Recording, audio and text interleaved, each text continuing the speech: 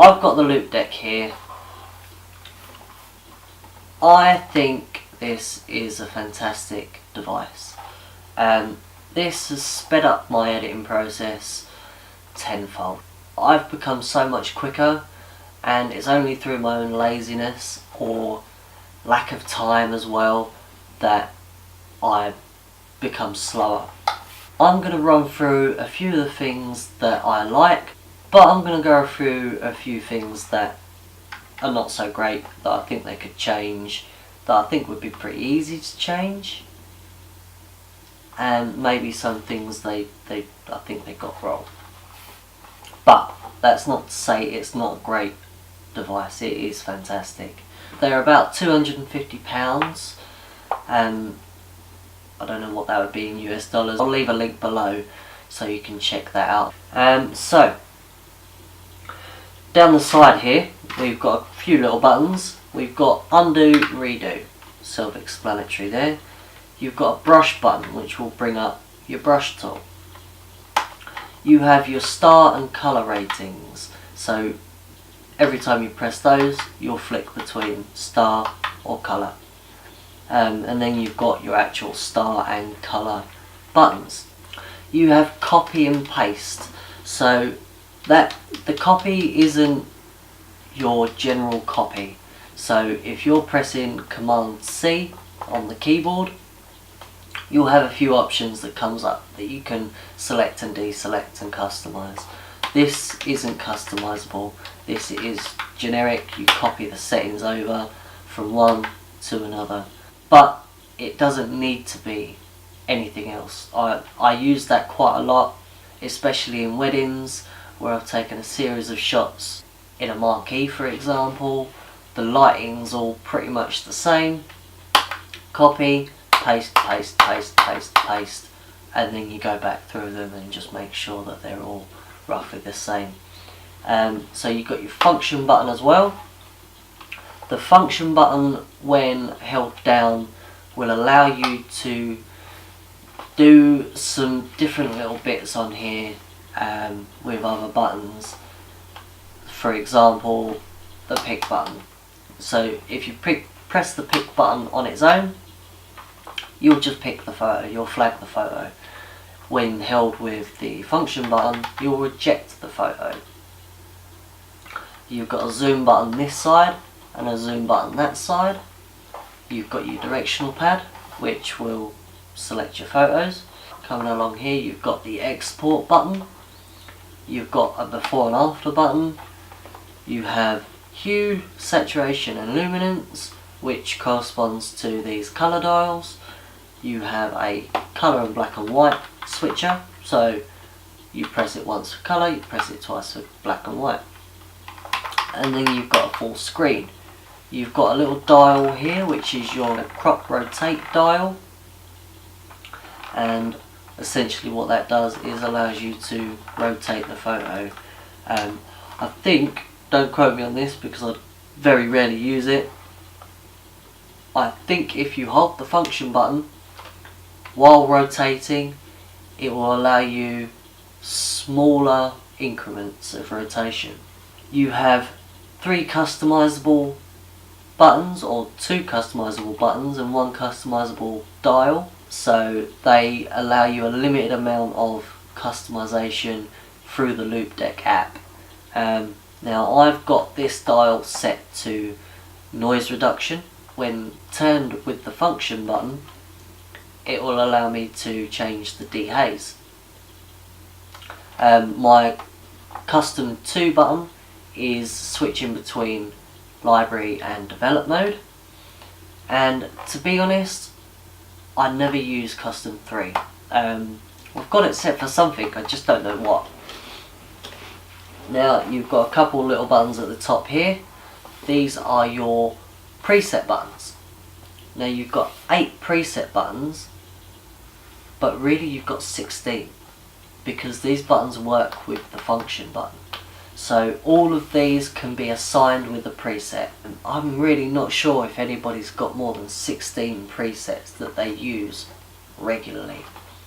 But one thing I would advise is Now obviously you're going to have your regular presets at the one click of a button, so I would have them labelled somewhere here, something shorthand, just small, just have them labelled here.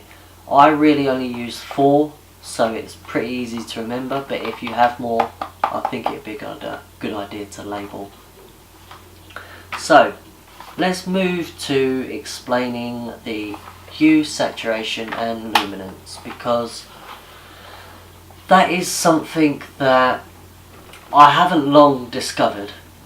I discovered it not too long before I got the Loupedeck, but it really, I use it only really for landscapes, sometimes weddings. So what they'll do is, when you click, it'll be on hue as default, but when you click each, you'll have a light to the side to indicate which one they're on. Now whichever one you're on, you'll be able to change the colours or change the hue, saturation or luminance corresponding to each colour by rotating the dials. If you didn't know that that feature was there in Lightroom, go and do that now. Go and have a look, see just how many colours and sliders there are for each thing, and then think, how often am I going to use it, and is it going to be worth me getting the Loupedeck just for this? Because I tell you what, I used it quite a lot, and it's one of the reasons, or one of the main reasons, I got the Loupedeck in the first place, because that is so much simpler. Click once, roll as many rollers as you like, click another time for a hue or luminance, change those and you're done. You don't have to keep clicking the mouse over, sliding the sliders, each individual slider. Now some people will argue that yes, you have got the option of going into the image and moving multiple sliders with the selector tool. That's a great idea too, but that can be a little bit finicky. This just simplifies everything. Now, all your main dials are here. You've got contrast, exposure, clarity, blacks, whites, shadows, highlights, vibrance, saturation, white balance and tint. I've got to say, at some point in my editing process I've used every single one of these, and sometimes 3 or 4 at a time. And really that is the beauty of this Loupedeck. It does not illuminate the keyboard or the mouse, so really the only reason you should want to spend that kind of money on it is if you think this will speed up your editing process. Now it did for me dramatically, and really for me it was a worthwhile investment. The build quality could be a little bit better. It's great, don't get me wrong, but it could be better. The design or the button layout could be a lot better. So let's move on to what I think could be changed about this. So let's start with the brush button. This really, I never use it. There's no point in it being there, because all it's doing is selecting your brush tool. From that point you need to use your mouse to do everything else. So why not just use your mouse to go onto the brush tool? It's pointless in my opinion. So I'd get rid of that. Now the picking, the fact that you've got to hold function and press pick to reject a photo, I think that's pretty pointless, because it's easy enough to do that in Lightroom. So if you don't know the hotkeys, basically they are X for eject, P for pick and U for unflag, which resets everything. So you're essentially creating a 1-button process into a 2-button process. Now what's happened with me in the past, and quite a lot, is when I've been holding the function button, and I press pick, the function button doesn't register. Whether I'm not pressing it hard enough or there's a fault in the mechanism down there, it ends up picking the photo, and I won't know until I go into my picked selections, the ones that I've actually picked, and found some that actually really I wanted to reject. So that can be really annoying. The next is the zoom buttons. Now, I don't see the point in any of the zoom buttons, especially considering you can just press Z on your keyboard, or you can just click on the mouse onto the image and it will zoom in. So really not worthwhile having them there. In fact, I would probably replace that zoom button with the reject button, and that would make it a lot better. And even actually you could put the export button there instead, and then do away with this bit. Now my problem with the directional buttons is, okay, it's a good idea, but they are quite clunky, quite sticky, and pretty much all the time when I click one of them, I think it's that one, to move it along, it gets stuck down and the photos just kind of move along, and I've got to just play about with it and try and get it unstuck. So yeah, that can be quite annoying. So what I've done to correct that is I've changed the layout of my desk so that it's easier for me to use both the Loupedeck and my keyboard pretty much at the same time. So they're just a few minor things. The big major issue I have with the Loupedeck is this button here. That's the before and after. Now that button will create a side-by-side view of the before and the after version of a photo. I don't use that option. In Lightroom you can change the options. You can select whether you want side-by-side, top and bottom, split screen, or the one that I use is the overlay, so that flicks between the two. And the short key for that is backspace, so it's not too difficult. But if you had the option to change that to your preference, that would just be fantastic. You know, I would use that a hell of a lot more as well. And in doing that, it would probably prompt me to use my export button a lot more as well, because I'll be using this a lot more.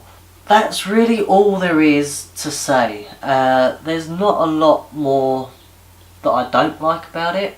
The things that I do like definitely outweigh the things that I don't like. But that before and after button, that really does, that annoys me. The only other thing that I've forgotten is the rotate slider, the rotate tool. Now, they've called this rotate crop. You cannot crop using this dial. All this is going to do is allow you to rotate the image. So why have they called it crop? Because it brings up the crop tool, and then you use your mouse to bring it in. So yeah, all it really is a rotate dial, not much else. Call it a rotate dial, don't call it anything else. So I'll put that down now. That's my review for the Loupedeck done. Let me know what you think in the comments below. Give it a thumbs up if you like the video, and please do subscribe if you like to know what I do just on a daily basis. I will be doing things like how I edit and my workflow. I'll be trying to get out and do lots and lots of landscapes. I'm actually in a group called Landscape Photography on YouTube UK. To be honest, that is a great group. If you are a vlogger and you do landscape photography, go over to that group. It's Landscape Photography on YouTube UK. They're great. They're such a lovely bunch of people. hopefully in September I will get to their meeting in Derwent Water. But for now, that's it. I'm done for another Tuesday, and as I say, please do hit that subscribe button if you want to see more, but do give it a thumbs up if you like this video, and we'll see you next time. Bye bye.